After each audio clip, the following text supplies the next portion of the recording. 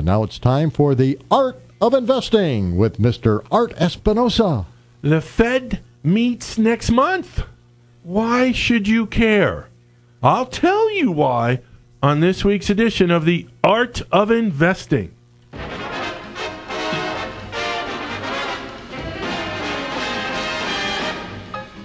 Well, baby, what I couldn't do with plenty of money and you, in spite of the worry that money brings, just a little filthy lucre buys a lot of things. And I could take you to places that you would like to go, but outside of that I've no use for dough. It's the root of all evil. Good morning. You are tuned in to the Art of Investing. I'm your host, Art Espinosa. Thank you and welcome back. And I have to tell you, Angelo, I never knew the Monkees sang that song. Really? I only heard that song probably 1,000 or more times. Right. And it was so that the Monkees were the original? That was the original, right? Yeah, and I say they mostly did pop songs, right. you know. I would have never guessed the Monkees. Yeah. Oh, my gosh.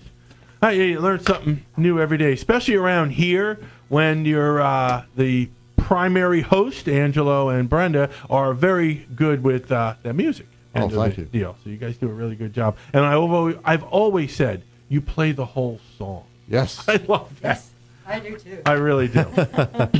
All right, good morning, everybody. And again, you're tuned in to The Art of Investing. It's my pleasure to bring this show to you once again. Don't forget to check out my website, wealthandhealthmanagement.com, for abbreviated versions of this radio show, along with pertinent newsletters that I post personally that I believe will assist you in understanding the world of investing. For instance, I recently added a newsletter, actually as recent as this past week, that is all about the current turmoil in the Chinese stock market and its impact on the rest of the world and your portfolio. Also, a very interesting piece, and I did get some favorable responses to this one. It's the newsletter right next to the market, the Chinese market piece, and that is on those. It's geared toward you folks contemplating retirement. There's some really good advice there, some strategies that I included in there. Some you want to employ, some you need to watch out for, but it will give you a very good idea, at least a track to run on, whether you should retire. And if you decide you want to, some advice on how to make that a much more enjoyable experience. And there's a whole lot more on the website, and it's very easy to use and navigate through. So check it out. Please, you will not be disappointed, I assure you. So, the Fed meets next month at their regularly scheduled FOMC meeting. And it is widely expected that they will push interest rates up a bit. Why do I care? Why should you care? Well, let's just say that it might explain some of the recent market volatility that everybody's asking me about, and eventually will work its way down to your portfolio. So let's discuss this a bit, shall we? If you believe, like me, our country is still recovering from the shellacking that it took back in 2007, 2008, which is now known as the Great Recession, and aptly so. And because of the severity of that period, the wounds that were inflicted upon this nation, I can't help to believe, but to believe that there's a few more years of healing that needs to take place before we can safely consider a full recovery. And there is plenty of empirical evidence to back that up. You have wages that are going nowhere and haven't gone anywhere in the past 2 decades. Because of that alone, inflation is tame and not perceived to be a nagging problem in the near future or the distant future for that matter. And I tend to think that we'll have to deal with, and this is my opinion only, I believe the bigger problems that we're going to have going forward is disinflation/deflation before we even worry about or have to worry about inflation. Furthermore, the current employment picture in this country doesn't scream higher wages anytime soon, and which furthermore it confirms the case for low to moderate prices going forward. Now, let me digress here a bit. I understand that many of you, when we have this discussion, you are quick to point out that, well, Art, inflation on the numeric level seems low, but doggone it, I paid probably or was looking at prices for my washing machine or dryer, probably 20 to 30% higher than they were just a few years ago. The price of a car is a lot higher. I get that.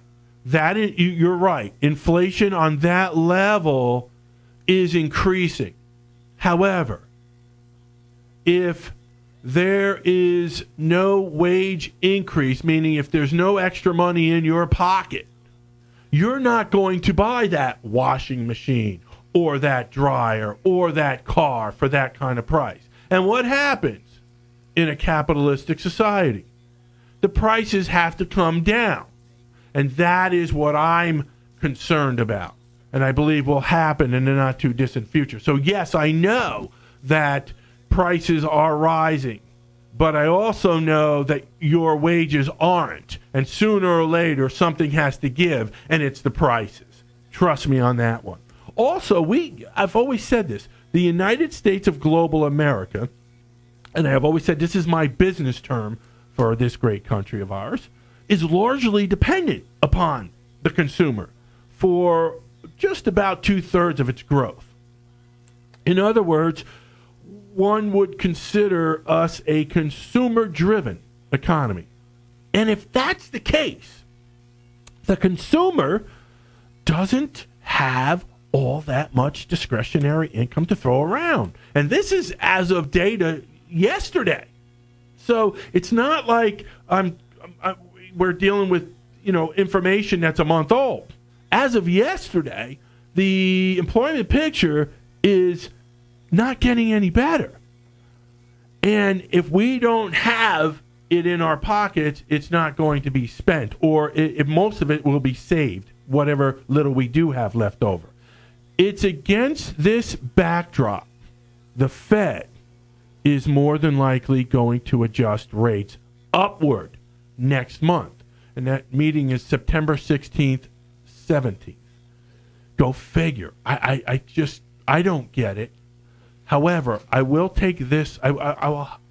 Here's what I'll give the Fed a pass here. If you don't do something, and they have to do something, and that's going to be raise the rates.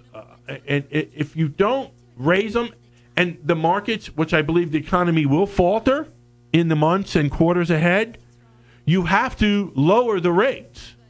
Again, that spurs growth. That spurs all economies. So if you don't have an interest rate that's at 0.5%, you can't lower it to 0.25%. So you have to have something to lower. So I will give the Fed a pass on that note. You have to raise them sometime because sooner or later you have to lower them. And I think they're going to raise them and then find out that that really wasn't the tool that needed to be employed at the time, and they'll have to lower the rates again. And I think that's what will happen. Now, don't get me wrong, a 1/4 point hike is not a killer for any economy, let alone the U.S. It's the perception, folks, of another player in the game competing against stocks. For the past 6 years, stocks have been rolling along their merry way with little interruption as far as another choice of assets in which you and I could invest. So there was really no place for stocks to go but up. I mentioned on this show in January. That's right, in January. It's about over 8 months ago. I can't believe how fast the year is going. But back then, I had a show.